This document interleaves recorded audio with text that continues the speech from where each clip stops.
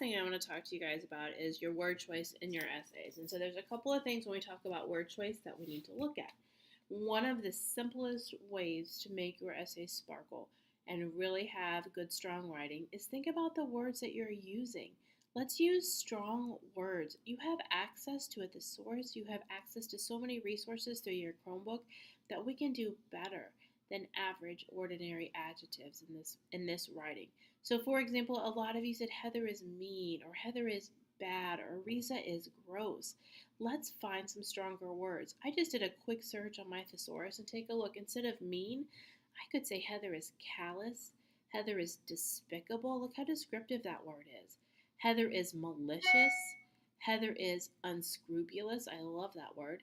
Heather is vile. I mean, look at that's a short four-letter word that says a lot of meaning in that. So go back, take a look at the adjectives that you're using, and see if you can find better, stronger, more descriptive ones to really drive home your point about what that character is like. There's one more word that I want to point out to you. I saw this in a lot of your writing, and it was stuff. Kids say she's mean and stuff, or she does bad stuff. Can we find better words? Can we explain what stuff is? Stuff is like a baloney word. It doesn't have anything of value in it. Take a look, too, and the last thing that I want to talk to you about is this idea of a formal tone. And so some of you are writing like you're talking, which in some cases is really, really good because it has voice, but you have to remember that you have to maintain a formal tone. So you can't start a sentence off with so because it sounds like we're having a casual conversation out on the front porch. So let me tell you about this girl named Heather. And that's not what we want to do in this kind of writing. The other thing that I noticed too is that you guys were saying things like girl, girl, girl, girl. Well, guess what? They're all girls in the story. So you're going to have to be a little more specific than that. Use their names. And I noticed, and in several essays, there are several of you that were saying Heather had to read to this blind woman. We know who this blind woman is. Or Heather went to go read to this blind woman and a girl came along. We know who the girl is.